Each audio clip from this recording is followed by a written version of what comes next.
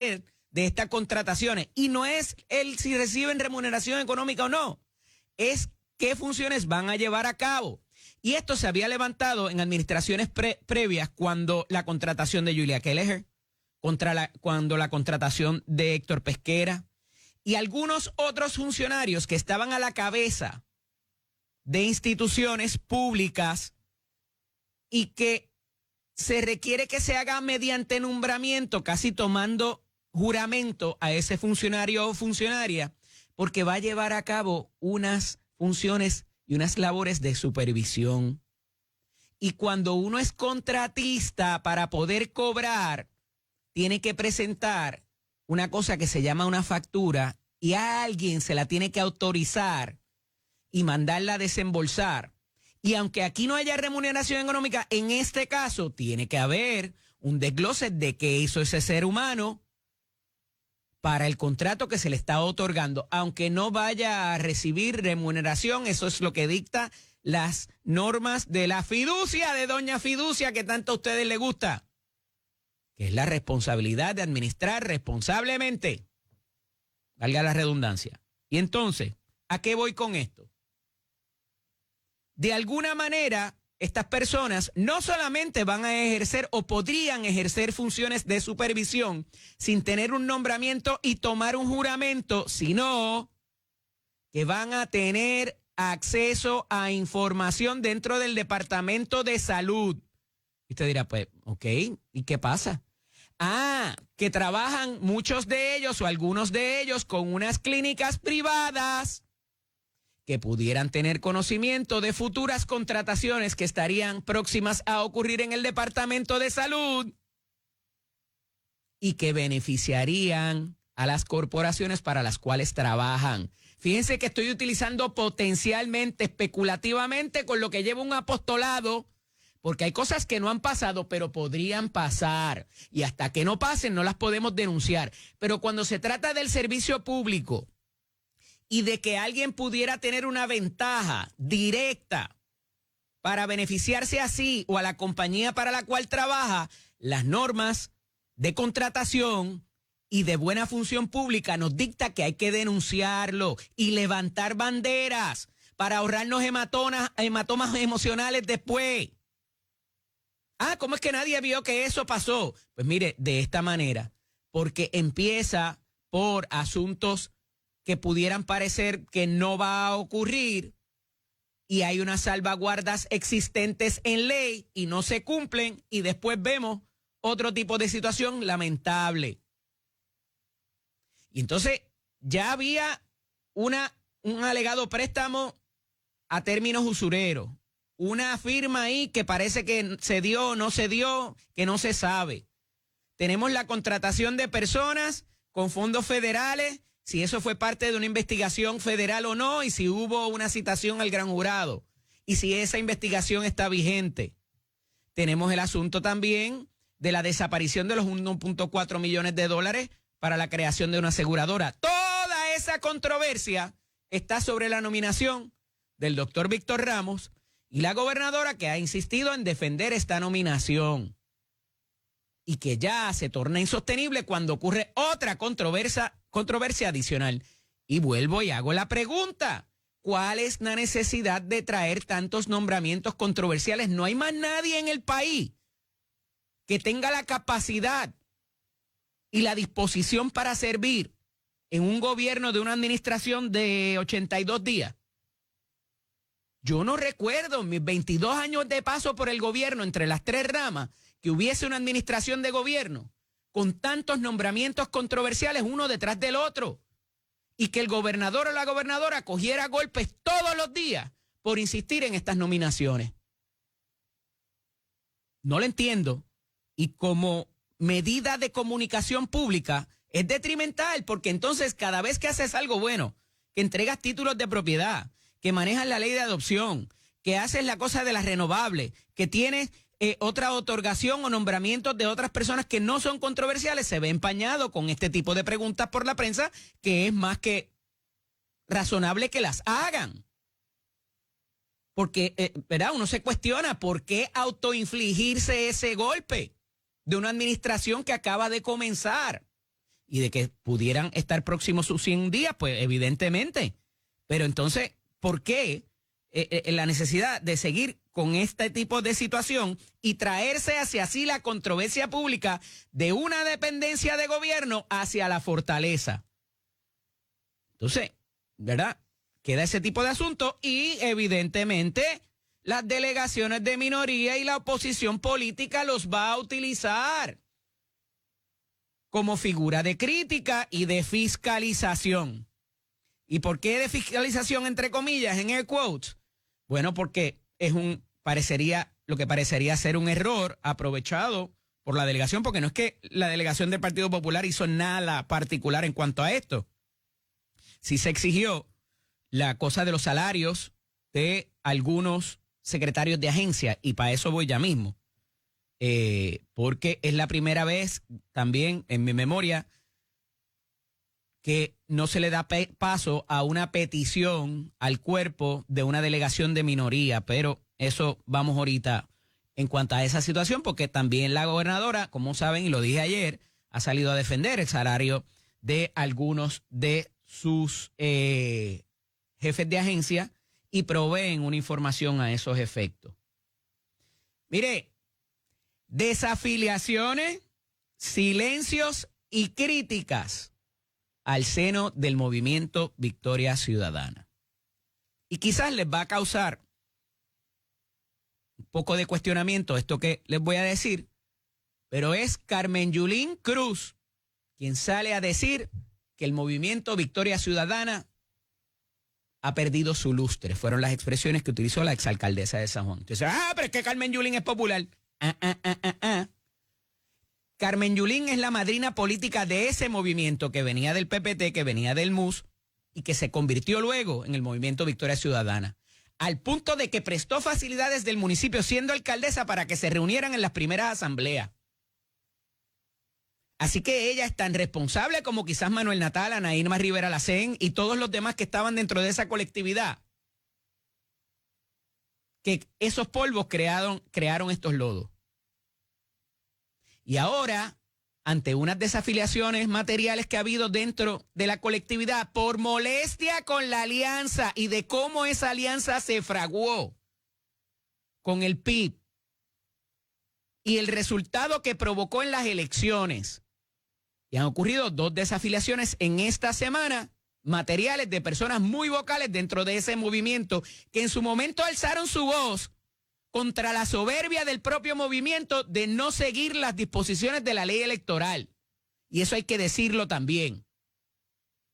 Y uno de ellos se desafilió por completo en el caso del licenciado Olvin Valentín, quien fue el comisionado electoral de esa colectividad. No se desafilia por completo, pero entrega sus posiciones de liderato dentro de la colectividad. Y sale la coordinadora general, Ana Irma Rivera Lacén, a quien respeto y distingo, dice, ¡estamos unidos, pero en reorganización! Juan Dalmau le contestó la carta. ¿Qué pasó con el desprendimiento que no se dio por parte del PIB para con Victoria Ciudadana? Eso se olvidó, esa página se cerró. Hay mucha gente que todavía se está cuestionando eso dentro del movimiento Victoria Ciudadana.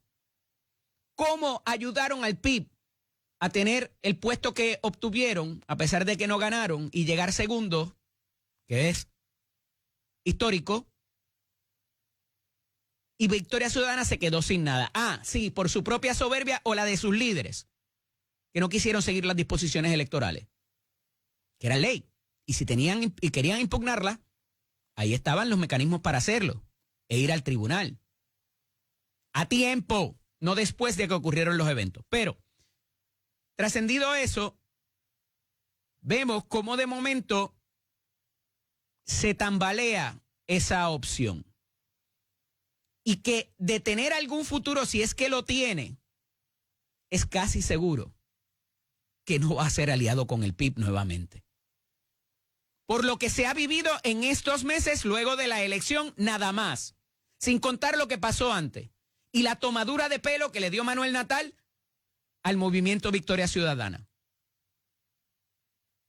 por su ambición de convertirse en alcalde de San Juan sin pensar en más nadie. Y ahí está el resultado, ni legisladores tienen. Así que, ciertamente, la licenciada Ana Irma Rivera Lacén está tratando de manejar el barco en esta tempestad, donde hay mucha gente molesta y a pesar de estarse reorganizando, esas molestias parece que no están siendo ni tan siquiera escuchadas. Y si van a tener algún futuro, como cualquier colectividad, tienen que ir de vuelta a la base, escucharla, recibir los golpes, admitir los errores en el pasado, si es que quieren tener algún futuro de volverse a organizar.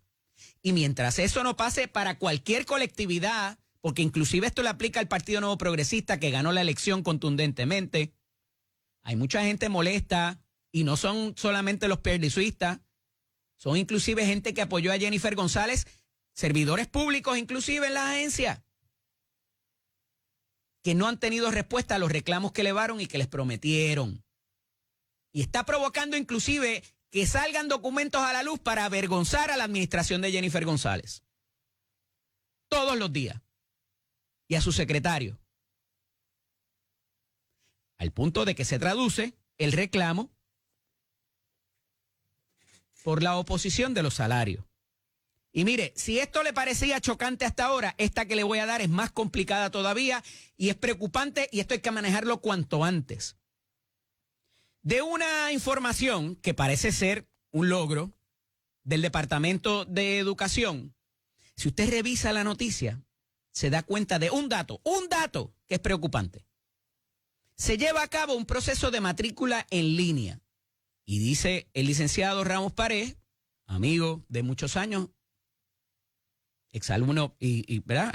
Fuimos condiscípulos en la Escuela de Derecho, que la matrícula en línea hubo un aumento a 97% de la totalidad de los estudiantes que se matricularon en línea. Por tanto, eso deja un 3%. De esos matriculados en línea, ese 97% equivale a 218.178 estudiantes, nos dice el secretario Ramos Pared. Por lo tanto, la diferencia, ese 3%, sería alrededor de 6.545 para una totalidad de $225.000 estudiantes en el sistema público, basado en la cifra que nos da de la matrícula en línea. De esos 225.000, nos dice el secretario también, que el 80% de la matrícula actual, los padres o encargados fueron a recoger las notas de los estudiantes, lo cual constituiría 180.000 estudiantes. De esos 180.000 estudiantes, el 20%, o contrario, en oposición a esos 180.000, un 20% no fue a recoger las notas. 45.000 padres o encargados de menores de edad en el sistema público no han ido a recoger las notas de sus hijos o los informes de progreso, como usted le quiera llamar. A pesar de haber disposiciones en reglamento y en leyes para que esto se dé, so pena de que pierdan inclusive beneficio, que me parece que no fue una buena alternativa, porque al final quien lo sufre es el mismo menor. Si le quitas el pan o le quitas la renta negativa o le quitas cualquier subsidio que pueda tener esa persona, lo va a sufrir el niño y no la irresponsabilidad del papá. 45.000 padres o encargados.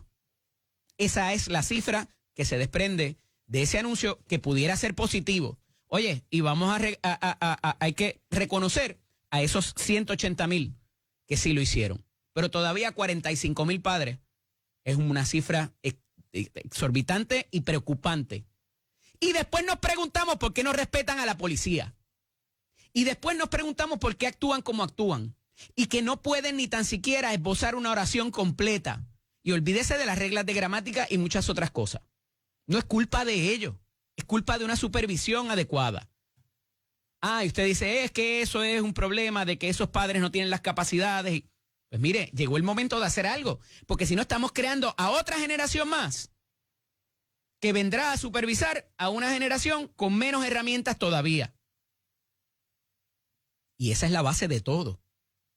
Porque si todavía cuando están en formación no trabajamos con esas herramientas mentales, lo que nos espera es todos contra todos al final del día.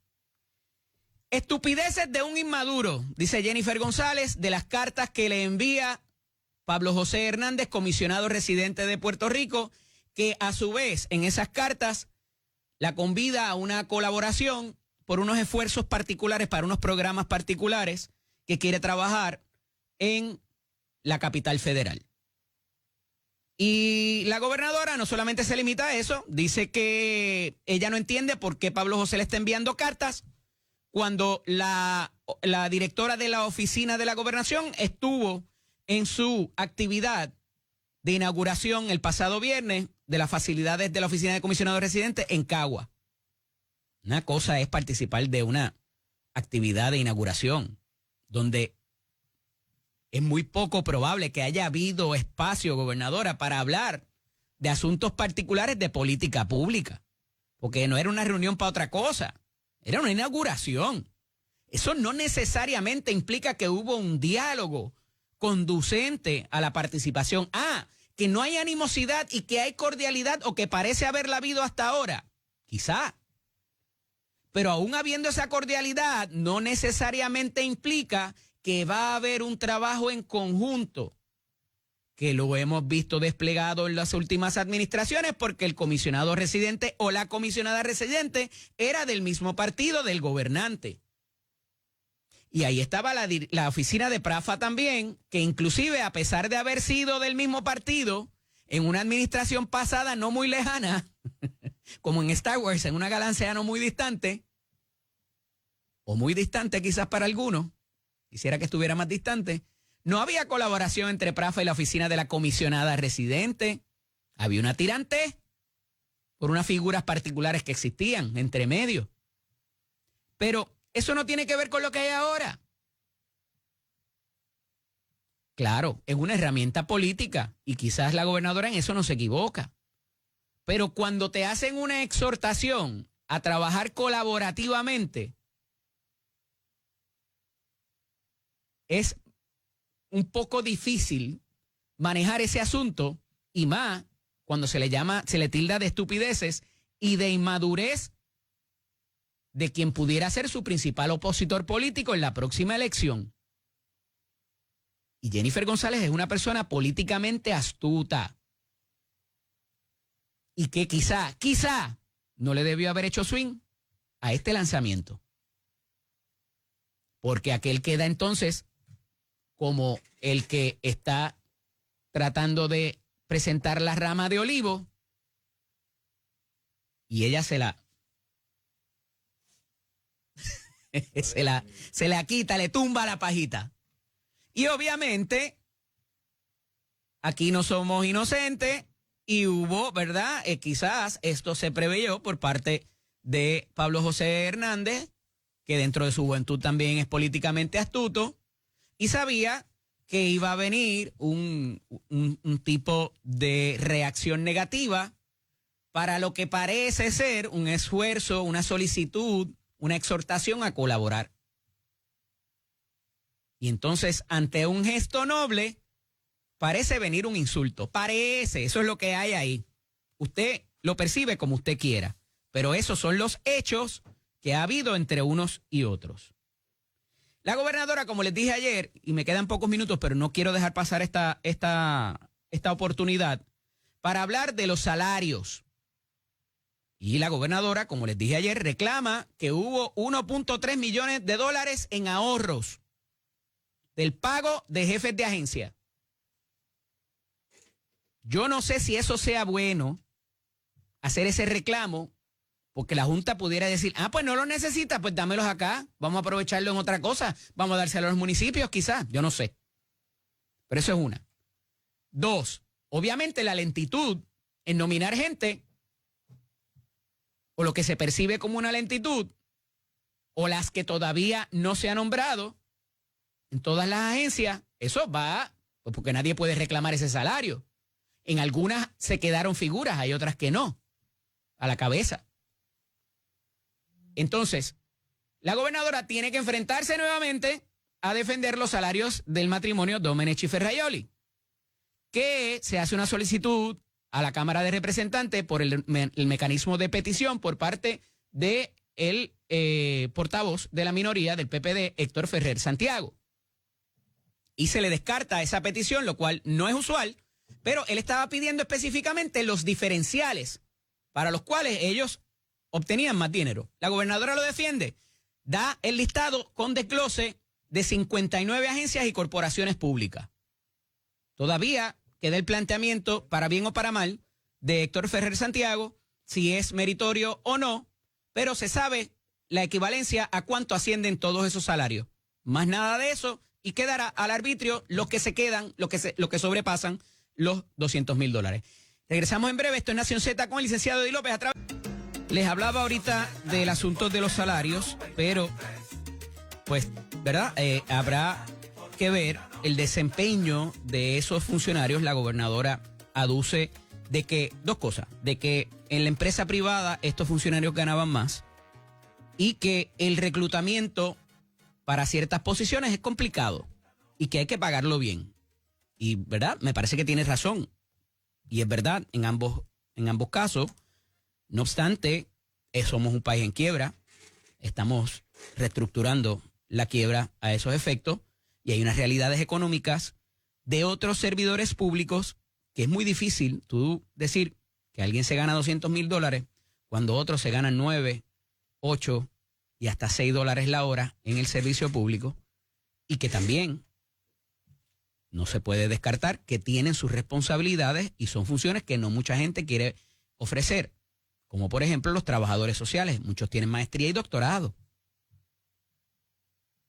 y no llegan a $2,000 al mes, algunos de ellos. Dicho esto, quería pasar a lo que ha sido la comidilla de estos últimos días, desde el fin de semana, y que ayer tuve oportunidad no solamente de analizar para ustedes, sino también, pues, hablar un poco del aspecto legal y cuál pudiera ser el saldo de esto al final del día. Y me refiero a los incidentes o al incidente que hubo cerca de un dispensario de cannabis en San Juan, y que tras un incidente de tránsito o de estacionamiento más bien, hay esta intervención de estos oficiales y que se aduce hubo un uso excesivo de la fuerza. Y comienza toda una investigación administrativa para esos propósitos de si se siguió las disposiciones o los reglamentos o el manual y el adiestramiento de los agentes, si debieron haber hecho algo distinto. Y es muy fácil a veces opinar después de los hechos con el beneficio de haber revisado los videos, y siempre que hay videos les levanto la misma bandera.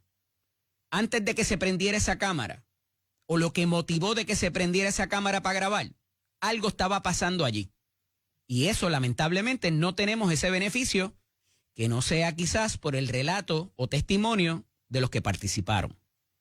Y eso el ser humano, por condición, tiende a cargarlo para acá, ¿verdad? Hacia lo que le conviene. Con ese caveat, con esa, ¿verdad? Con esa bandera que levantamos desde el principio, vemos que evidentemente ahí hay una gente que no se supo comportar. ¿Y dónde está aquí el jugo de la cosa? Es que la joven estaba esposada, tirada en un bonete, cuando le pegan el taser por segunda vez. Todo lo demás había estado justificado o pudiera estar justificado. Donde la gente tiene que levantó, ¿verdad?, dentro de la nobleza del puertorriqueño, es ver a esa joven esposada, tirada contra un bonete. Ya había agredido verbal y físicamente al policía. Y todavía cuando se va al piso después del segundo taser, sigue tirando patadas. Además de las agresiones. Que los agentes debieron haber difuminado, sacado, ¿verdad?, y tratado de desescalar la situación de otra manera, porque habían por lo menos 5 agentes, conté yo ayer en el video cuando analizaba esto por segunda vez en la manada, aquí en la tarde, en Z93. Y tiene que ver con el asunto de que tú tratas de desescalar la situación dispersando a los participantes y separándolos por riesgo a ellos mismos. particularmente, y vuelvo y recalco sobre esto, la persona que estaba grabando el video y que estaba haciendo una incitación directa a que la situación siguiera escalando. Nada más que por eso se le debió haber separado y quizás haberla puesto bajo arresto también. Al igual que el joven que llegó a asistir a la dama que estaba en el piso, que se le permitió acercarse demasiado, en violación a la seguridad inclusive de los propios agentes. Entonces, dicho todo esto, esas situaciones evidentemente hay que mirarlas y hay un procedimiento para eso. Al igual que hubo un procedimiento ante tribunal donde la agresión contra el policía no se sostuvo. Sabe Dios qué prueba se presentó allá, no quiero criticar el trabajo de nadie, pero la realidad es que al final del día, en el tribunal solamente hubo los cargos de obstrucción a la justicia que tienen que ver con que ella no se dejó arrestar y que no cooperó con las órdenes que le estaba dando el oficial del orden público, para lo cual está facultado y autorizado en ley. Y aunque usted no esté de acuerdo con por qué lo están deteniendo, usted tiene que obedecer a la policía. Y recalco esta otra cosa también, que todavía, ayer cuando tomábamos llamadas, la gente sigue diciendo que la intervención tenía que haber sido realizada por una dama, por un oficial de la policía que estaba allí, una presente. Eso es falso. Y no hay nada que sostenga en ley, ni la jurisprudencia, ni reglamentos, ni nada, que eso tenga que hacerse. Si hay un cateo, entonces es que se reclama la presencia de una oficial mujer para catear a una fémina. Y cuidado, porque si ese cateo es el que es incidental al arresto, es lo que se llama cuando tú arrestas a alguien, tú más o menos chequeas para ver que no tenga arma. Claro, ese cateo no es invasivo, ni, ¿verdad? Es por encima también. No se sostiene, pues sería ilegal e irrazonable ese tipo de búsqueda. No obstante, hay que acabar con esa noción falsa que tiene la gente de que tienen que llamar a una oficial mujer para intervenir con una fémina. Eso no es correcto. El oficial de ley y orden está facultado, tanto el varón como la fémina, para intervenir con sujetos irrespectivos de su género. Y a lo que voy es que la policía llevará a cabo su proceso para con el agente que intervino o los agentes que intervinieron, que participaron allí. Y se tendrán a su haber lo que se levantó. Pero de lo que se destaca del video, yo la veo complicada, que no sea que debió haberse utilizado otras alternativas que no fuera el uso del taser por segunda vez. Es lo único que yo pudiera entender, que pudiera haber una reprimenda o algún tipo de sanción para el policía que actuó dentro de lo que tenía a su haber cuando la fémina se monta en el vehículo, no quiere bajarse y evidentemente está alterada, y lo que pasa después. Otro asunto que tiene que ver con la policía y que me parece sumamente interesante es que desde un tiempo para acá se tomó la determinación, y me parece que esto es en conversación con el Departamento de Seguridad Pública y con la Fortaleza también, de que la policía no va a intervenir en estas redadas que están llevando a cabo las autoridades federales en Puerto Rico y en otras jurisdicciones también. Y que vemos estos reportajes de cómo entran a sitios sin orden de allanamiento, lo cual no tienen que hacerlo. Hay una disposición presidencial, le guste a usted o no, para esos propósitos. Y donde haya una sospecha, un motivo fundado, le suena. Donde haya motivo fundado de que hay una presencia ilegal porque ese ser humano no tiene documentos y entró ilegalmente al país. De nuevo, a muchos no nos gusta, pero esa es la ley. Y bendito, el negocio se quedó sin empleado. ¿Y qué va a pasar ahora? Pues mire, usted estaba empleando a una persona de manera ilegal y se expone también a la comisión de un delito o la imposición de multas y sanciones. Entonces, yo entiendo el factor humano, pero tampoco podemos dejar fuera de esa ecuación de que se está cometiendo una ilegalidad porque hay una ley migratoria y se está violentando. Y que no nos gustan las deportaciones, que no nos gustan las redadas. Oiga, inclúyame a mí en esa lista. Pero de que hay una ilegalidad manifiesta y presente, esa no la podemos esconder. Y de nuevo, son la gente que prepara nuestra comida, que cuida a nuestros niños, que son parte ya de nuestra sociedad. que se han convertido en médicos, abogados, ingenieros, de todo tipo. No lo voy a limitar al servicio. Porque hay gente que llegó con una mano adelante y una atrás, como se dice, sin nada, y han sido más productivos que muchos hijos de esta tierra. Es la realidad. Porque ante la adversidad el ser humano se crece. Y a veces, ¿verdad? Uno piensa que no hemos pasado suficiente adversidad, porque mire cómo nos levantamos después de María, e inclusive en la pandemia, y creamos una solidaridad que no existía entre nosotros mismos. Pero a todos esos eventos, ¿verdad? Requirió de que la pasáramos complicada un ratito. ¿Debería eso tener que pasar? Pues yo no lo sé. Pero volviendo al asunto de la policía, esto pudiera tener un costo y ya lo está teniendo en otras jurisdicciones. ¿Y a qué me refiero? Que si tú no cooperas con las autoridades federales en cualquier capacidad, yo te voy eliminando recursos. Y actualmente hay muchos recursos de la policía que vienen de autoridades federales, de dependencias federales. Esa conversación la quiero tener con Joseph González, actual comisionado de la policía, en los próximos días, de que no vaya a haber un tipo de represalia como estamos viendo en otras jurisdicciones, inclusive contra jueces, abogados, fiscales y todo el aparato estatal. Y que pudiera dar al traste lo que está funcionando con estos task force, estos recursos federales para la policía de Puerto Rico. Así que eso queda por verse y pudiera impactarnos no muy positivamente en la lucha contra el crimen. Tenemos que pausar. Cuando regresemos, continuamos aquí dialogando en Nación Z con el licenciado Eddie López. Mire, yo pensaba que lo había escuchado todo. A ver cómo le explicamos esto al marciano. Aducen que la lentitud en modernizar, baja un poquito ahí, Achero, porque no me oigo. Lentitud en modernizar el sistema eléctrico no es culpa ni atribuible a los puertorriqueños. Por ahora. No es culpa de nosotros. Dice nada más y nada menos que Chris Wright. ¿Quién es ese pajarito?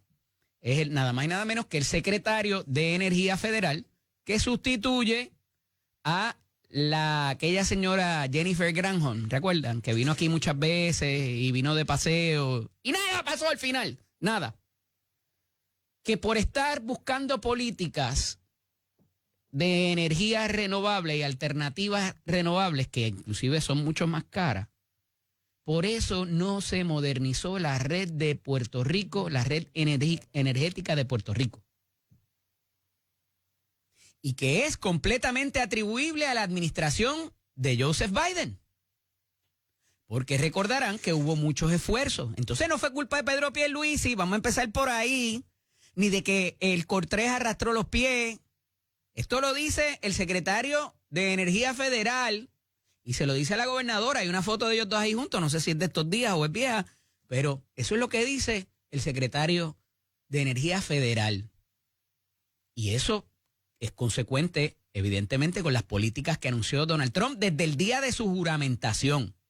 Que dijo, drill, baby, drill. Vamos para abajo a penetrar y a buscar alternativas de combustible fósil. Y eso de la energía renovable lo dejamos para ahorita. Porque el calentamiento global no existe. Esa es la política de esta administración. ¿Cómo eso nos ayuda o nos desayuda? Pues mire, pues porque si nos van a quitar los fondos, alguien va a decir, no, pero es que no fue culpa de ellos. Ellos a lo mejor hicieron lo que tenían que hacer hasta ahora.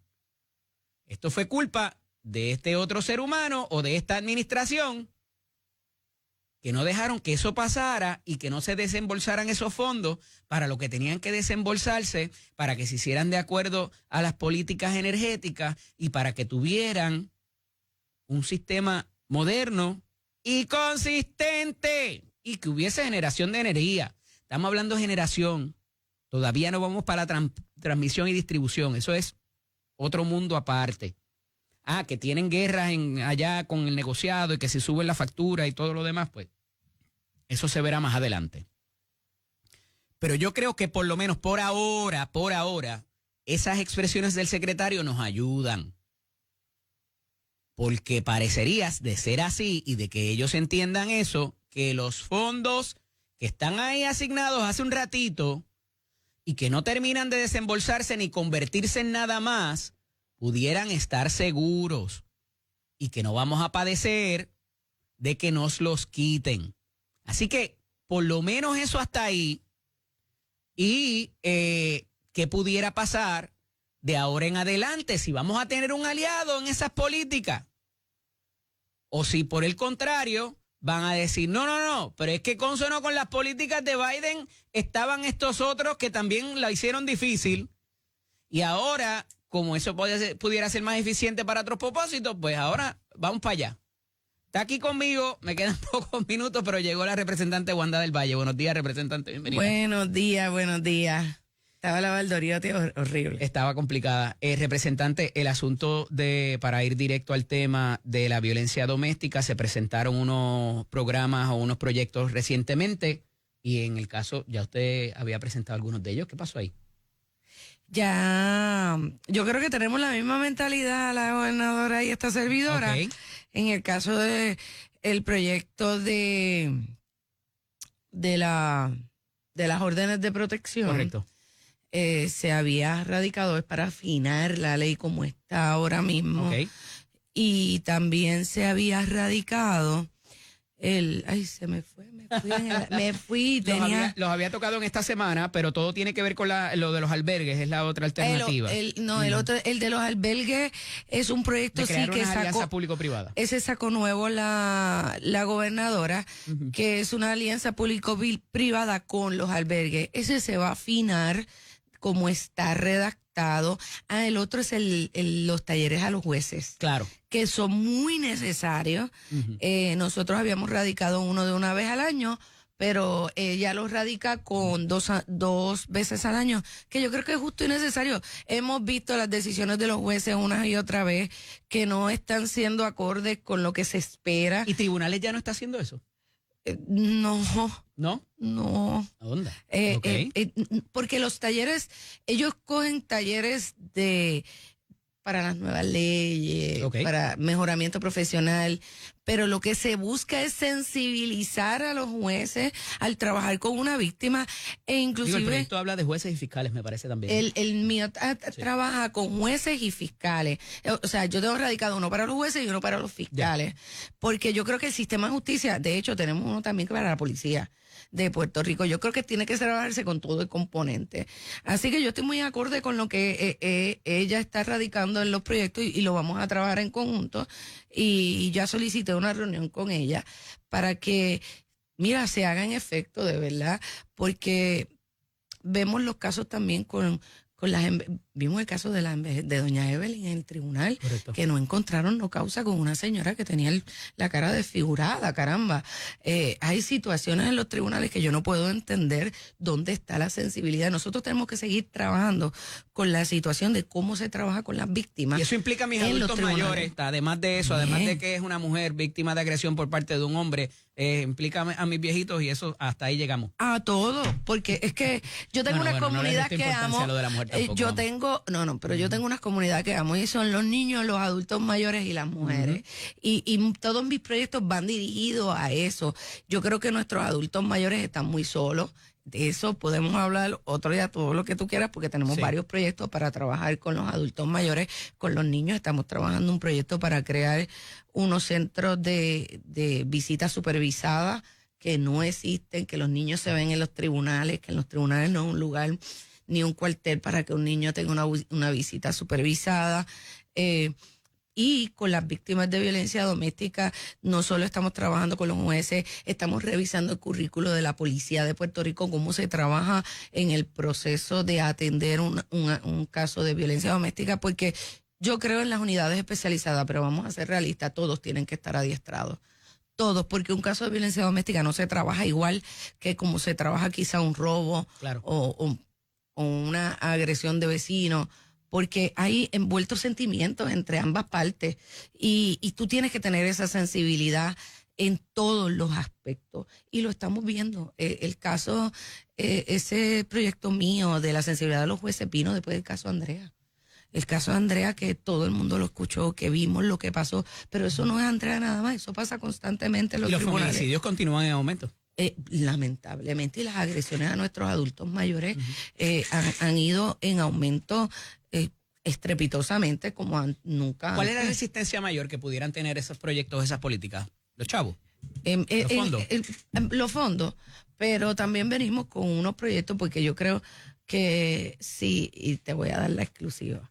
Hay un proyecto que se está radicando, la persona que sea acusada de violencia doméstica, para cualificar para un desvío, tiene que tener una multa y ese dinero sea destinado a trabajar proyectos. Otra pena especial, como la hay en otros delitos otra también. Pena especial. Porque yo creo que eso va a nutrir un fondo para estos propósitos. Nutrir un fondo, porque no vamos a penalizar a todo el mundo por lo que hacen unas personas. Pues si usted maltrata y usted comete delito y ya está acusado. Eso es una vez, ya está acusado, está ¿acusado probado. O convicto? Probado, convicto, no, ya convicto. Porque acusado es cuando te acusan antes del juicio. Para tú cualificar para el desvío tienes que estar ya convicto. Okay. Así que es cuando ya, porque nosotros somos inocentes hasta que se pruebe lo contrario, claro. No puede ser en ese momento, sino para que usted pueda cualificar para un desvío o una libertad bajo palabra, usted tiene que pagar una multa. Que es el issue que tengo con lo de las órdenes de protección, las que son ex parte, representante, porque pues hay veces que se malutiliza como otras herramientas del derecho, ¿verdad? También que hay gente que las malutiliza, pero se pueden cometer grandes injusticias con esa orden cuando se solicitan esas órdenes de protección. Me parece que hay que afinarlo quizás a la orden posterior de cuando ya se cita a ambas partes para propósito de lo que busca esta legislación. Y depende de los casos. Por eso volvemos a la sensibilidad de quienes atienden los casos, desde el tribunal municipal hacia arriba, porque tú tienes que saber, oye, el que trabaja con víctimas, la lectura física de la víctima te habla mucho si la persona de verdad lo está haciendo. Pero quitarle la discreción a esa persona es una opción, porque eso es lo que dice el proyecto. Es que vamos a quitarle la discreción a esa persona que hace esa primera entrevista sin la otra parte presente para que tenga que expedir la orden automáticamente. Yo tengo problema con eso. ¿Por qué? La orden de protección por sí sola en ese ex parte no le hace daño a nadie. Particularmente con las que se piden los viernes, representante. ¿Sabe por dónde voy? Sí, claro. También, porque le toca a papá ver a los nenes y le solicita una orden de protección, entonces para que no los vea y no se relacione con ellos. Y eso pasa todos los meses y todas las semanas. No te puedo decir que eso no pasa, porque es la realidad. Ahí está la estadística, después las quitan. No, lamentablemente es cierto. Lamentablemente hay personas que juegan de ambas partes, hombres y mujeres, con lo que es el poner una orden de protección. O la amenaza de ponerte la orden. Y se desvía el proceso de lo que realmente debe ser una orden de protección. Y volvemos en esa intervención, es que nosotros tenemos que identificar si es real o no esa orden. Ese peligro, correcto. Representante, se me acaba el tiempo, lamentablemente, pero la voy a invitar en estos próximos días porque tenemos mucho de qué hablar. Sí, tenemos muchos proyectos que adelante, muchas pero gracias. Gracias a ti siempre. Cuando regresemos, ya está por ahí el representante Domingo Torres. Vamos a hablar con él de algunos asuntos de la delegación del Partido Popular y también de los asuntos laborales, si ha prosperado, que era la comisión que él dirigía en la pasada administración. Esto es Nación Z con el licenciado Eddie López. Encuentra conmigo el representante Domingo Torres, quien presidió la comisión que tiene que ver con los asuntos del trabajo. Buenos días, bienvenidos, qué bueno tenerte por acá. Buenos días, Eddie, buenos días a todas las personas que los ven por las diferentes plataformas. Representante, continúan las mismas situaciones en términos de los empleados públicos, los planes de retribución y reclasificación, las situaciones de retiro. Me decía la representante Wanda del Valle que las cifras arrojan una brecha de 17% de diferencia, 17% de hombres a mujeres en los servicios, en lo que se ganan laboralmente para propósitos de los salarios. ¿Cómo se ha manejado eso? Todavía estamos saliendo de la quiebra y todo lo que la Junta ha trabajado a favor y en contra de ustedes como legisladores en asuntos que tienen que ver con lo laboral. Pues mira, primero que todo, el cuatrienio pasado se trabajó bastante legislación que fue de avanzada para los servidores públicos. Se trabajó lo que fue la fiscalización del plan de retribución y clasificación uniforme del gobierno de Puerto Rico, lo que logramos bastantes puntos de encuentro, ¿verdad? En lo que se formaba la fase, que era lo que complementaba ese plan de retribución. Entre tanto, pues sabes que surge el cambio de gobierno, hay un cambio de director ejecutivo, pues nosotros pasamos a estar en una minoría parlamentaria. La presidencia de la Comisión de Asuntos Laborales ahora la lleva la compañera Bimari Peña, que es la del Distrito 31, que es la de Caguas y Gurabo. Pues hay que ver lo que está surgiendo ahora en esa comisión. Yo, pues de cierta manera, soy el portavoz de la minoría en esa comisión. Te tengo que decir que no ha habido vistas públicas en ella, ni una vista pública. Lo que hubo fue una sola reunión ejecutiva para pasar un proyecto del presidente de la Cámara y usaron el mismo memorial explicativo que yo usé el pasado cuatrenio.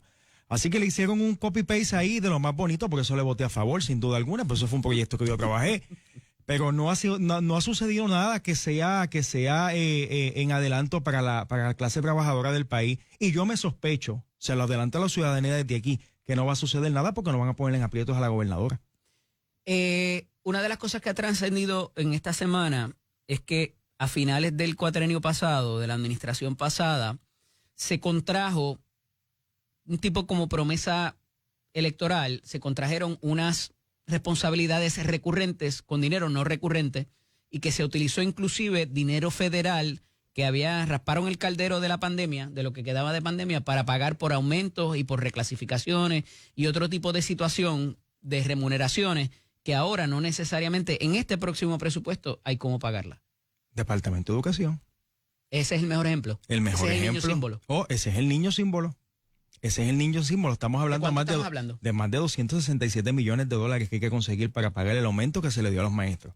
Y lo sabían. De manera responsable cuando, para más decirte, eso viene cuando se jadica el proyecto, que lo jadica el fenecido compañero Aníbal Díaz Collazo, que fue el que jadicó el proyecto del aumento a la clase magisterial, que no se lo adjudique más nadie. Se la tiene que adjudicar él y que en paz descanse, pero eso era un proyecto de él. Nosotros fuimos por unos $1,000. Por unos $1,000 y en eso estaba en el average de poderse conseguir de manera más sencilla.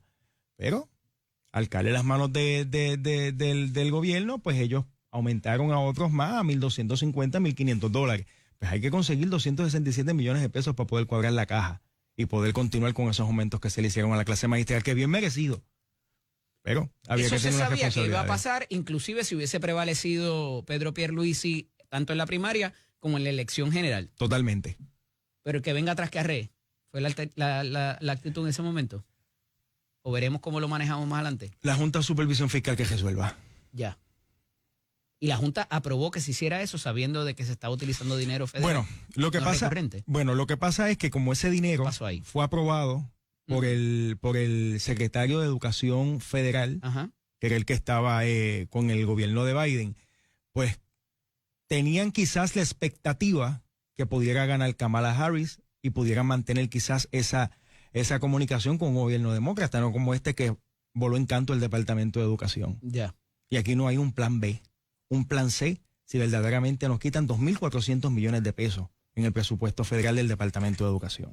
Eso no ha pasado. Eso se anuncia que pudiera pasar. Bueno, ya él firmó la orden ejecutiva. Para desmantelar el Departamento de Educación. Que llegara más dinero y que le llegara a lo mejor a los municipios en vez de llegarle al Departamento de Educación. Y está el Departamento de Educación preparado para entonces recibir ese dinero y poderlo diversificar cuando la gobernadora lo primero que hizo fue quitar las LEA que había empezado el pasado administración. Eso de las LEA, yo tengo una pelea con los acrónimos representantes. Bueno, las LEA son las ¿qué significa eso? Porque las regiones educativas. Escuchando ahora en la oficina del médico, no usar eso. Esas son las regiones educativas que se habían creado a través de la descentralización. De la famosa descentralización del Departamento de Educación para que se pudieran manejar desde las regiones y quizás más adelante pudieran hacerse desde los municipios. Pero ella no apoyó esa decisión que prácticamente empujó el secretario del Departamento de Educación Federal cuando vino aquí. Si bien no hay para pagarle a esos empleados, o hay que buscarlo, ¿verdad? De dónde pagarle, porque se contrajo un compromiso con ellos. No, es que tiene que aparecer el dinero. Tienen un interés propietario sobre sus plazas, eso dice el sistema de mérito. Digo, ¿verdad? Hemos visto cómo hay cosas cambiantes en cuanto a la legislación laboral. Dímelo de otra forma, pero no me la digas de esa. ¿A qué voy con esto? ¿Hay una crisis en el servicio público de cantidad de empleados para ofrecerle los servicios a la ciudadanía? Hay una crisis en el Hay menos población. Hay una crisis en el gobierno de Puerto Rico. Lo que pasa es que se le añade a la del servicio público. Pero hay menos empleados públicos para poderle ofrecer el servicio a la gente. Pero hay menos gente en el país.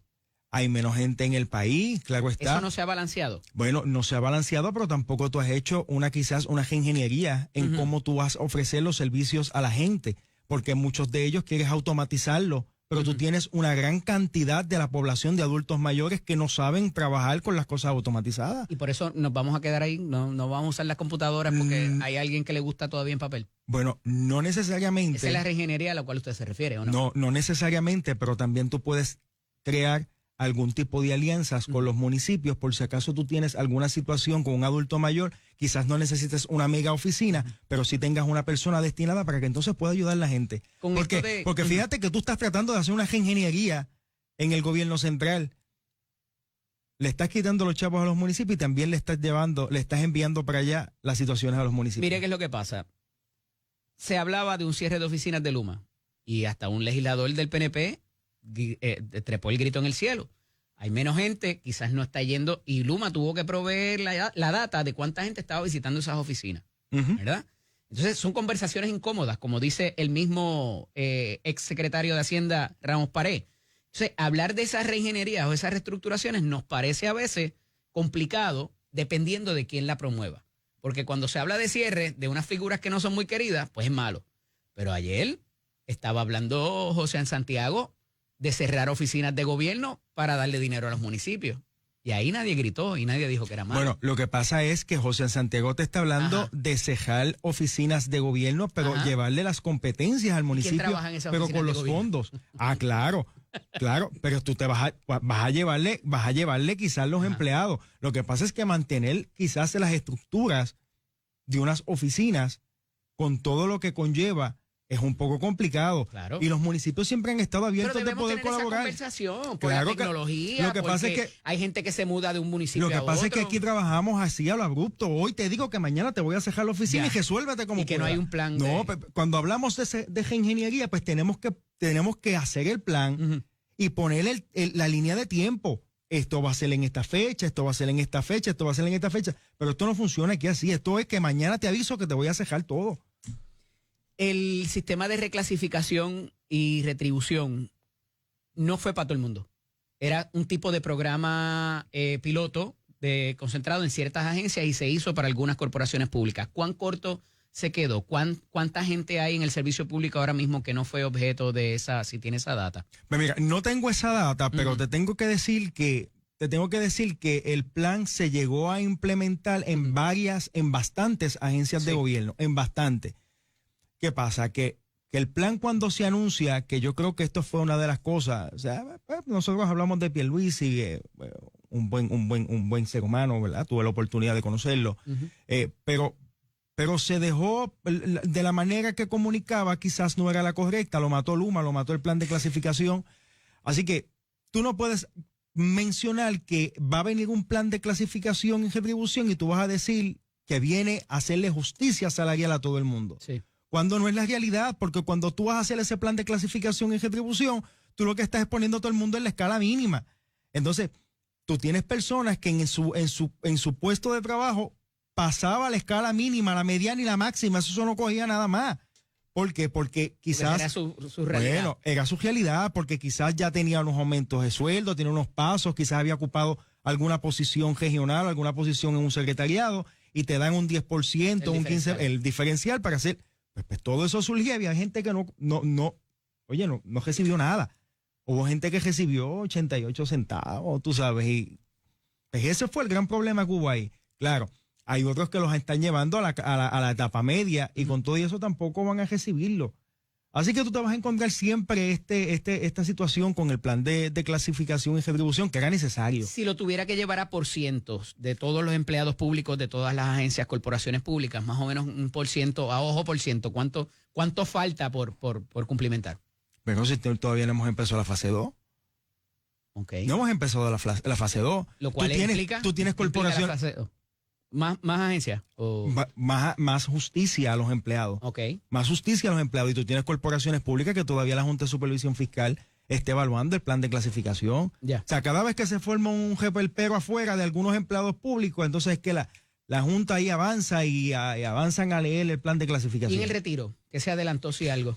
Pues mira, yo te tengo que decir que el retiro está el proyecto de la Cámara número 45, que es más o menos una copia del que se atendió el cuatrienio pasado. ¿Y ese que yo le atendí. Porque está lo de ley 45, lo de ley 106, lo de la ley esta, lo de la ley 2. O sea, ahí hay tanto revolú que cada cual son como grupos y fincas aparte. Eso es para los jubilados que o sea, son ya para los que son jubilados. Eso es para hacerle justicia para los que ya son jubilados. Está el de empleados públicos, está el de los jueces, ahora están separados, entiendo, ¿verdad? No, están todos juntos ya. ¿Están todos juntos? Sí, ya están todos juntos. Ese es para los que están, para ya los que son jubilados, para llevarlos para que sea hasta $3,000 la pensión mínima. Estamos por verse. ¿Cómo tú reclutas gente con esas condiciones? Estamos por verse. Yo sé que eso es un proyecto que es buenísimo. Oye, de que hay que hacerle justicia a los pensionados.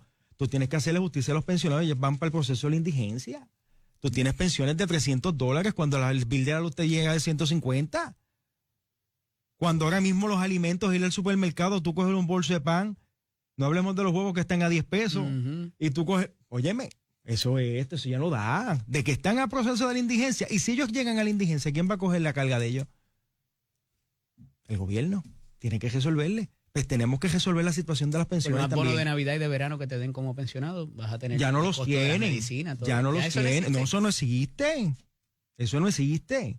Muchachos, los pensionados que nos están viendo por ahí deben estar gritando a la oficina del médico, eso no existe. Wow. Eso no existe. Y vuelvo y hago toda esta descripción porque al final del día, si tú quieres gente que trabaje en las agencias o reclutar, hay mucha gente que está, o sea, hay muchos puestos vacíos también o que necesitan llenarse las agencias con esta congelación que hizo la Junta de Supervisión Fiscal. Yo creo que te pueda, esa pregunta, mejor que yo te la pueda responder, yo creo que la gobernadora te la podría responder mejor, pero tuvo 8,000 resúmenes en la mano y tiene más o menos las mismas personas en la agencia.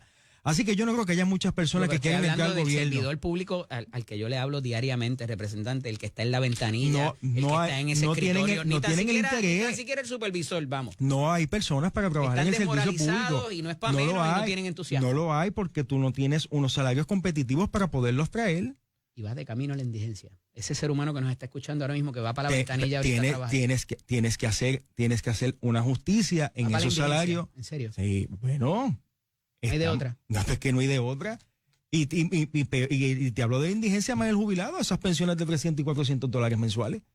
Tienen que hacer algo con los jubilados, claro que hay que hacer algo. Y el pay for y todo esto que se hizo, ¿no nutre de alguna manera un tipo de lo que se llamaba como un 401k, ¿verdad? Lo que tienen los planes de retiro. Estamos viendo en ese proyecto de la Cámara número 45, se le está viendo la posibilidad y se habló con ellos en el proceso de las vistas públicas, que vieran con buenos ojos unas bonificaciones anuales que quizás compensara, pero no fuera algo recurrente de que fuera mensual. Que se vieran con buenos ojos unos tipos de bonificaciones. Pero hay resistencia de la Junta también a cualquier tipo de cambio. Todo lo que sea con retiro va a haber resistencia de la Junta. Todo lo que sea con retiro. Representante, vamos a cambiar un poquito el tema porque usted es legislador de distrito. Eso es así. Allá en el sur. Juana Díaz Ponce y Jayuya, distrito 25. Allí es donde más escuelas chavas habían. El sur, claro, y todavía sigue temblando. No, y todavía están, y la gobernadora dijo que ya no hay dinero para hacerlas todas, que van a ser un escogido. Pero que las del sur estaban seguras. Hubo una segunda. No. Hubo un apellido, hubo una coletilla en esa manifestación de ella, porque recuerdo haberla visto por lo menos en la prensa. Eso vamos a verlo cuando comiencen. Todavía no han comenzado los trabajos ni tan siquiera de planificación siquiera. Bueno.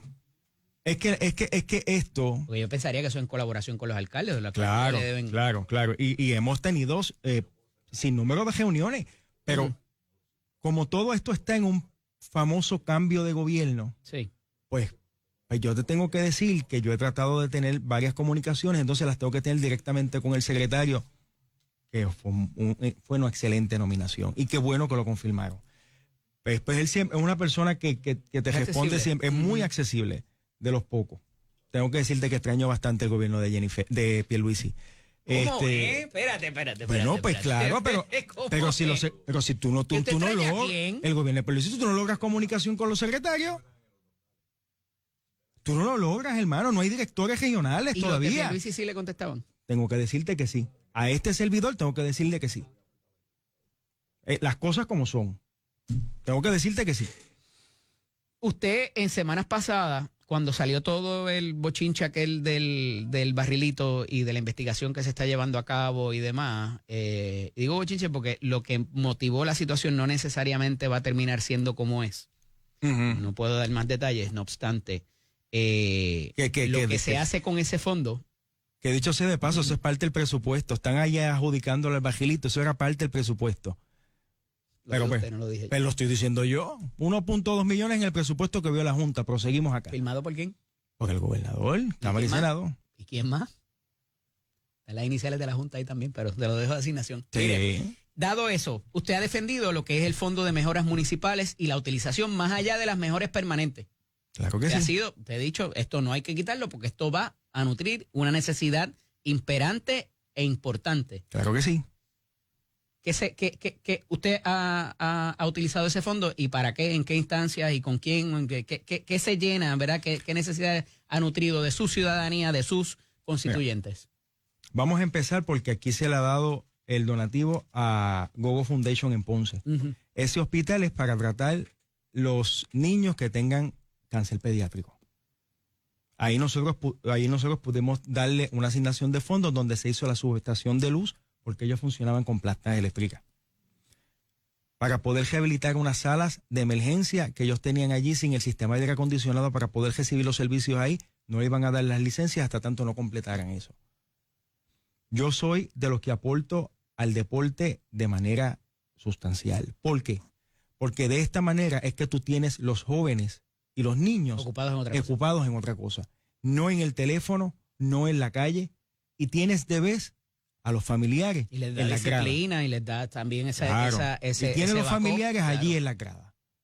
De la misma manera se ayuda a la juventud. Es una herramienta al niño también para estudiar más adelante. Totalmente. Una beca, cualquier otra cosa. Coliseba, AA juvenil, voleibol, la AA en Juana Díaz, la AA en Ponce. ¿Y cómo se manifiesta ese fondo en ese tipo de...? Bueno, se le compra, no se le da dinero a nadie. Okay. Se le compra el material se le entrega con la agencia, que en este caso es Autoridad de Tierra.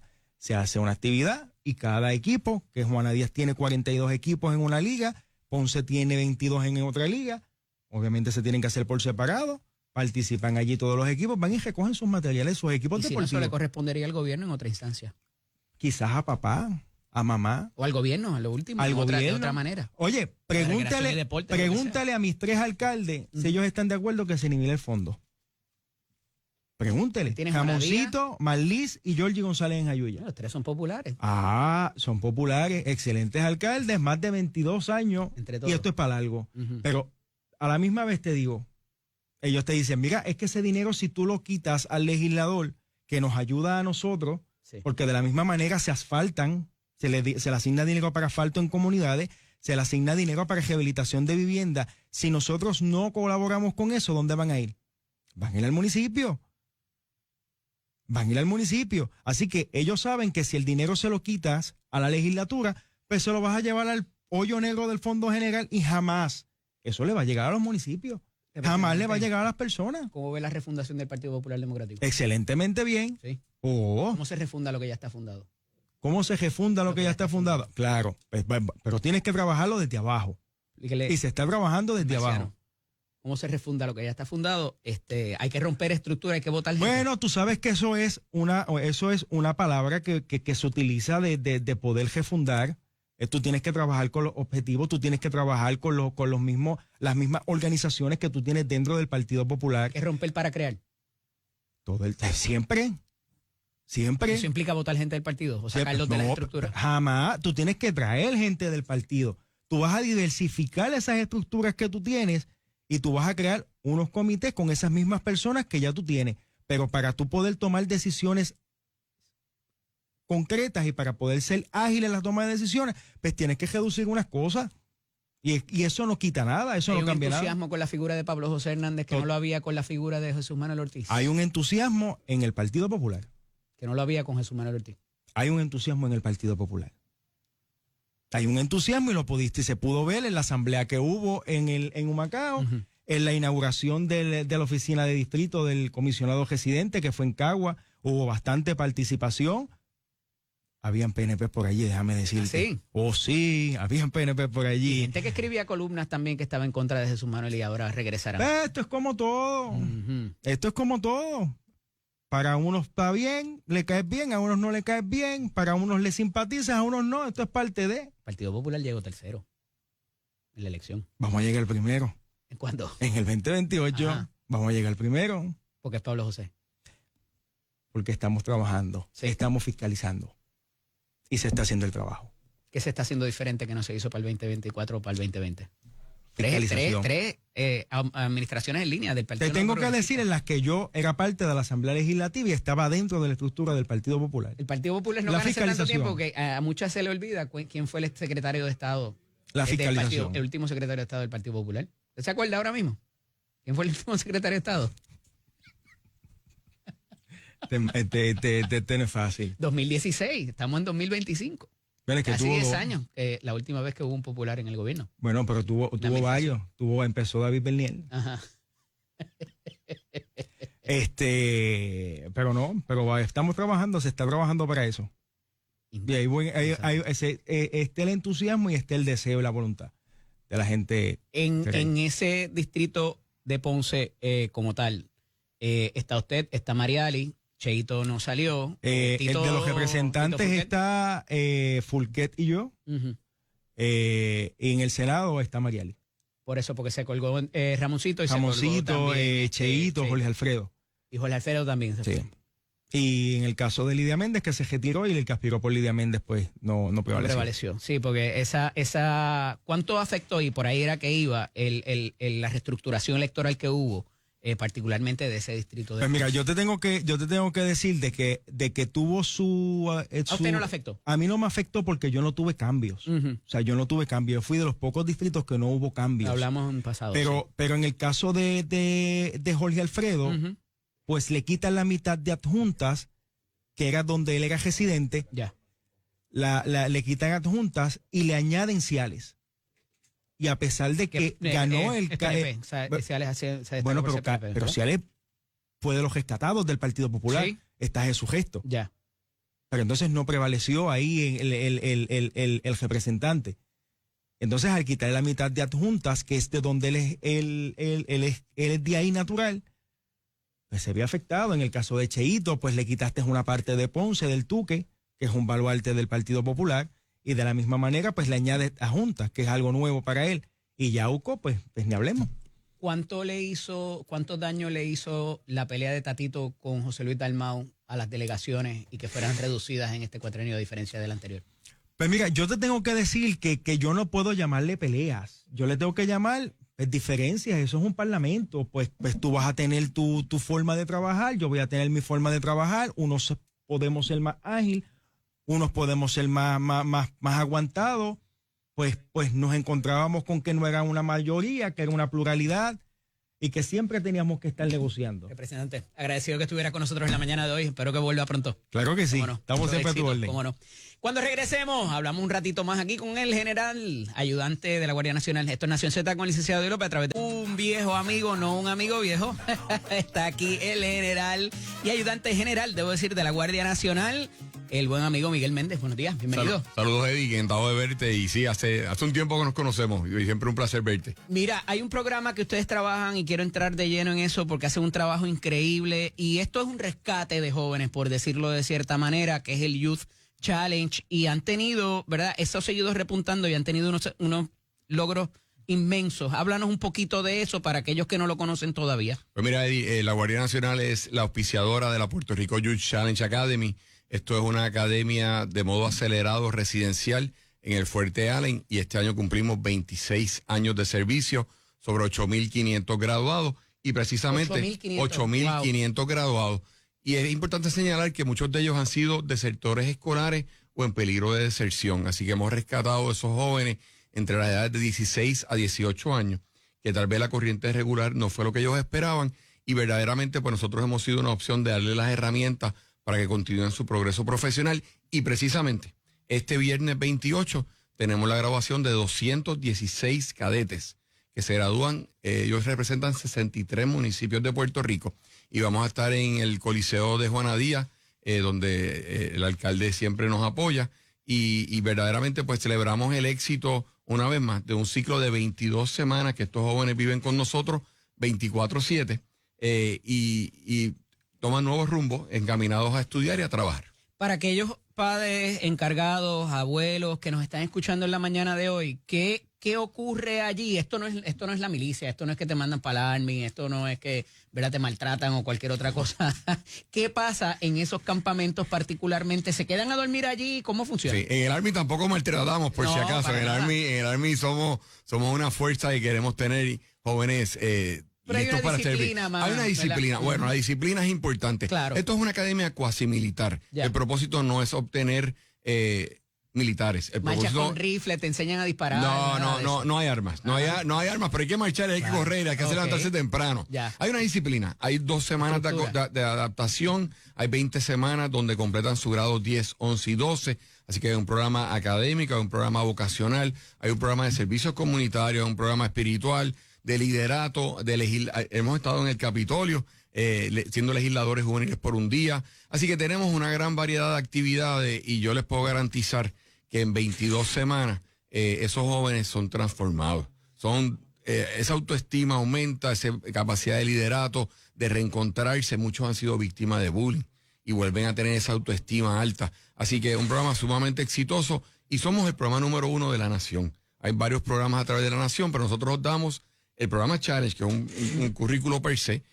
Damos el diploma de 4º año no tradicional. Es una escuela como tal, donde se complementan 10, 11 y 12 los grados. Y también tenemos estudios vocacionales con distintas instituciones postsecundarias. Quiero hablar sobre lo vocacional, pero antes de eso, me hablaste de sectores escolares, pero ¿quién califica para llegar allí? Pues mira, Eddie, este programa está hecho para jóvenes de 16 a 18 años. Okay. Tienen que tener los 16 años cumplidos. A veces tenemos jóvenes de 14 y 15 años que la escuela no está haciendo lo que ellos esperan, pero tienen que esperar un poquito. Pero los vamos a aceptar 16 a 18 años, libre de droga, no es un programa de desvío, no puede tener problemas con la justicia y sobre todo necesitamos el interés de este joven voluntario. No es mandatorio, no es obligado, simplemente el joven tiene que tener el interés de cambiar, de hacer su vida un camino nuevo y de provecho y tenemos historias de muchos éxitos. Así que 16 a 18 años, todo Puerto Rico. Actualmente tenemos representados 63 municipios. Así que es para todo Puerto Rico, no tiene que estar relacionado con la milicia, es abierto al público, es libre de costo. ¿Ya tienen que haberse salido de la escuela? No. Yo tengo estudiantes que tal vez no están aprovechando académicamente la escuela y pues es una opción. Otros ya la habían dejado la escuela. Okay. Así que hay de todo, pero no deje si usted está bien en la escuela, no deje la escuela para estar con nosotros. Es simplemente que si usted la corriente regular no está haciendo lo que usted esperaba y no está aprovechándolo académicamente, esto es una gran opción para usted. Es importante señalar que es libre de costo. Y no digo que es libre de costo, pero no es gratis.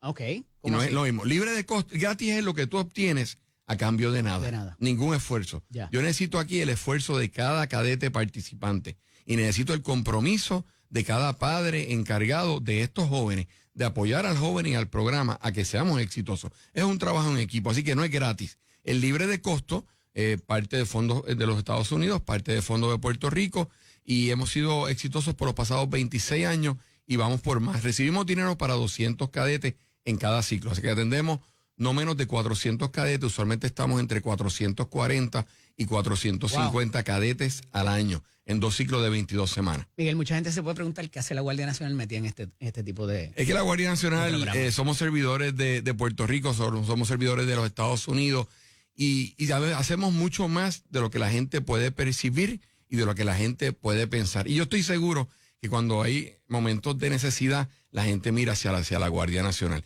Y eso nos llena de gran orgullo, lo hacemos con gran satisfacción, pero todos los días estamos aportando a Puerto Rico. En el plano de desarrollo de líderes, de jóvenes, estamos aportando directa e indirectamente en el plano económico, estamos aportando a hacer un mejor Puerto Rico y nunca descansamos, siempre estamos haciendo algo y el programa Challenge es uno de ellos, pero estamos haciendo distintas actividades alrededor de todo Puerto Rico y alrededor del mundo. Uno de los esfuerzos que más se ha perdido, inclusive a nivel estatal, es el asunto de las vocacionales, que te ofrecen un oficio, a veces es un poco más rápido, ¿verdad? Y te da un interés adicional, no todo el mundo quiere ir a la universidad. ¿Cómo funciona el programa vocacional de ustedes en esos términos? ¿Y va al mismo tiempo que los demás o en algún momento se separan? ¿Cómo funciona? No, mira, no somos sustitutos de programas vocacionales un poco más a largo plazo que pueden tomar un año, año y medio. Y sí, muchas personas no desean ir a la universidad y desean una carrera más corta. y hace falta oficios diestros en Puerto Rico. Pagan súper bien, vete a buscar un plomero, un electricista ahora para que tú veas lo que te cobran. Están en demanda, es cierto, están en demanda. Nosotros realmente los exponemos a esto, no es el programa completo. Estamos trabajando con una propuesta al negociador de la Guardia Nacional para que nos autorice y nos dé los fondos a través de distintos programas para establecer uno que se llama Job Challenge, que es para graduados de la Academia Challenge, pero ya más dirigidos a poder ser estudios vocacionales per se también en un aspecto residencial. Así que en ese sentido estamos encaminando vida, estamos encaminando los jóvenes con herramientas.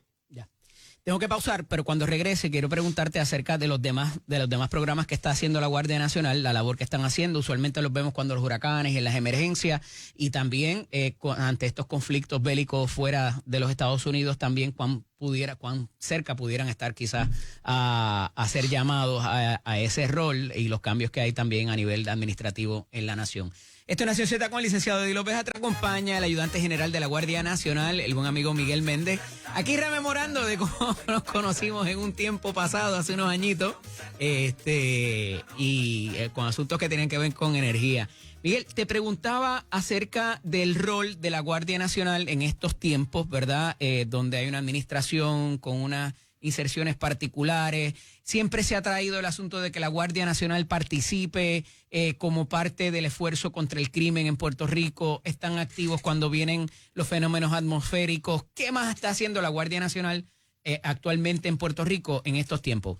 Pues mira, la Guardia Nacional tiene básicamente 3 misiones. La misión federal, respondiendo a la activación que pueda haber del gobierno de los Estados Unidos a través del presidente en distintas categorías. Tenemos la misión de Puerto Rico, que básicamente es bajo el mando de la señora gobernadora, sirviendo en misiones dentro de Puerto Rico, y las misiones comunitarias, que hablamos una de ellas ya como parte del challenge. Actualmente, sobre 700 hombres y mujeres de la Guardia Nacional de Puerto Rico se encuentran desplegados por todo el mundo.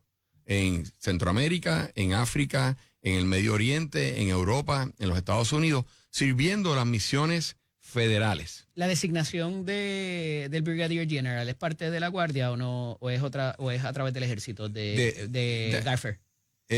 Garfer pertenece a la Guardia Nacional de West Virginia. Ya.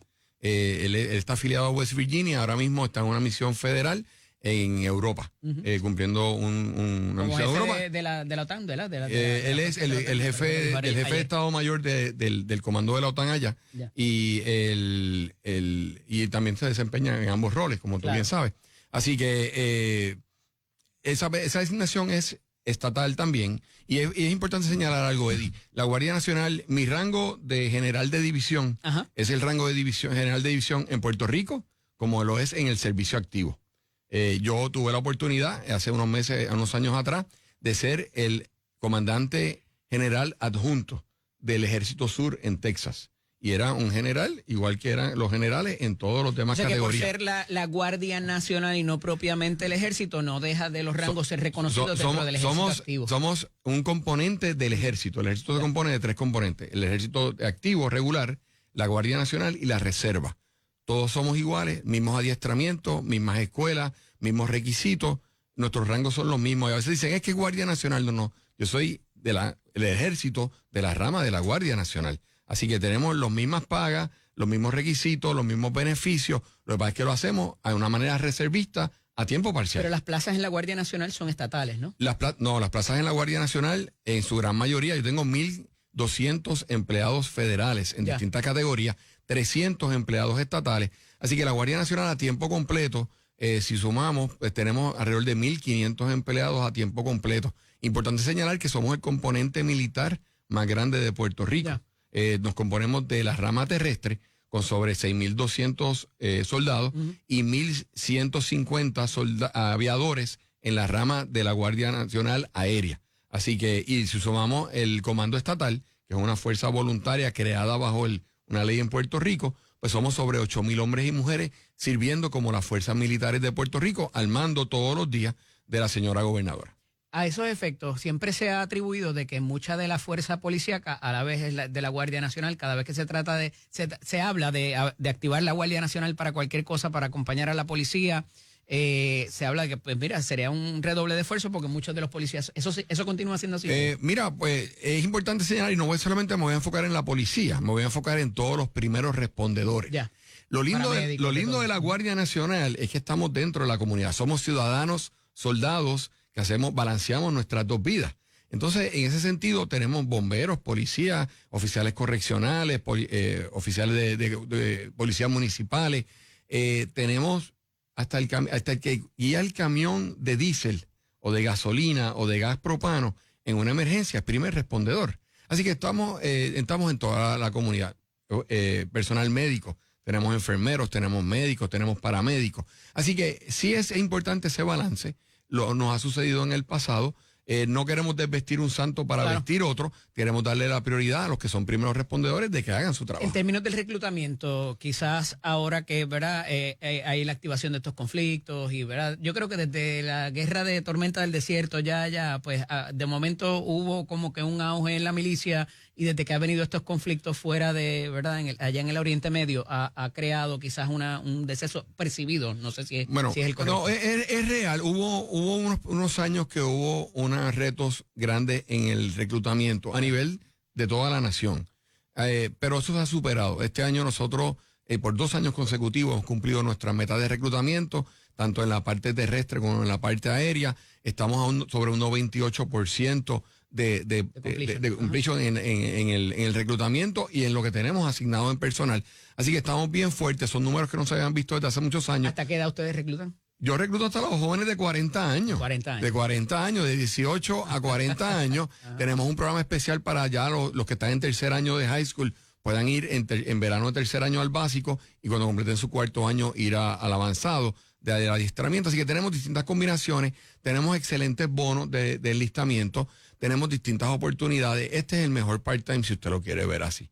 Le vamos a ayudar en su liderato, en su desarrollo personal, a mejorar su inglés, le vamos a estar dando experiencias de vida que no las va a tener en otro sitio. Va a estar sirviendo a los Estados Unidos, va a estar sirviendo a Puerto Rico todos los días, no solamente en la tormenta. Ya tú ves que servimos a Puerto Rico todos los días, tenemos distintas misiones. Recientemente estuvimos rescatando al cazador en Mona, apoyando al Departamento de Recursos Naturales. Fue el helicóptero de la Guardia Nacional quien rescató al cazador y quien divisó al cazador. Hemos tenido otras misiones de búsqueda en el mar, hemos tenido distintas misiones apagando los fuegos forestales con el Departamento de Bomberos. Fuimos punta de lanza en la pandemia para proteger a Puerto Rico desde los mensajes públicos, la suministro, la vacuna, las pruebas. Tuvimos en los terremotos y fuimos parte importantísima del Departamento de la Vivienda para establecer los cinco poblados que hicimos en los distintos municipios. Así que hemos estado participando en todo. El reclutamiento está fuerte. Los jóvenes quieren pertenecer a las fuerzas militares. Necesitamos que se comuniquen con nosotros y que tomen el examen y que busquen la información adecuada, que no vivan de la información del pasillo. Hablábamos ahorita de asesores de pasillo. No, busquen la información correcta y la Guardia Nacional es una gran oportunidad para estos jóvenes que desean expandir su servicio al pueblo. Número de teléfono 787-994-2033, 787-994-2033 y PR Guard, Puerto Rico Guard en Facebook, Instagram y todas las redes sociales. Miguel, agradecido que estuvieras con nosotros. Un placer. Mucho éxito y verdad hay que reconocerle esa gran labor que están haciendo por la juventud de Puerto Rico, verdad que ya quizás este es su segundo turno al bate, así que más que agradecido por eso también. Gracias, Eddie, un placer. Gracias por el servicio. Esto es Nación Z con el licenciado Eddie López. Voy a compartir una noticia así que se fue como por debajo del radar y que tiene que ver con una determinación de nuestro Tribunal Supremo de Puerto Rico. Y es interesante porque se trata de una revisión de alimentos que pide una ciudadana, alimentos para su hija, y que la persona estaba sirviendo en la milicia y estaba activo en uno de los teatros de guerra que existe, y que hay una ley una ley federal que se revisa desde los 70 y se revisa en el 2003, y que para cualquier persona que esté activo como militar detiene o paraliza cualquier trámite administrativo o judicial que pudiera haber donde participara esa persona contra él o en favor, porque evidentemente no está ahí para defenderse. Y eso tiene, ¿verdad?, unas implicaciones particulares porque hay otra parte que se va a ver afectada por esa paralización. Y cuando se trata de los casos de alimentantes, de pensiones alimenticias, se le da un rigor adicional, pues porque hay un niño que depende de ese sustento. En este caso, que llega hasta el Tribunal Supremo, era para una revisión, para un aumento de pensión, un famoso aumento de pensión, que tiene dos vertientes. O se ve por el tribunal, pero de ordinario se va por una vía administrativa, que es lo que hace la Administración para el Sustento de Menores, asume del Departamento de la Familia. Y es una vista administrativa. Y esa señora fue a pedir esa revisión de pensión para ese caballero que es el padre alimentante y estaba afuera. Había una pensión válida. Y el tribunal le dijo, mira, se sostiene la pensión y cuando papá regrese y se pueda ser participante del proceso, entonces la revisamos. Eso siguió subiendo por ahí al Tribunal Apelativo y llega al Tribunal Supremo.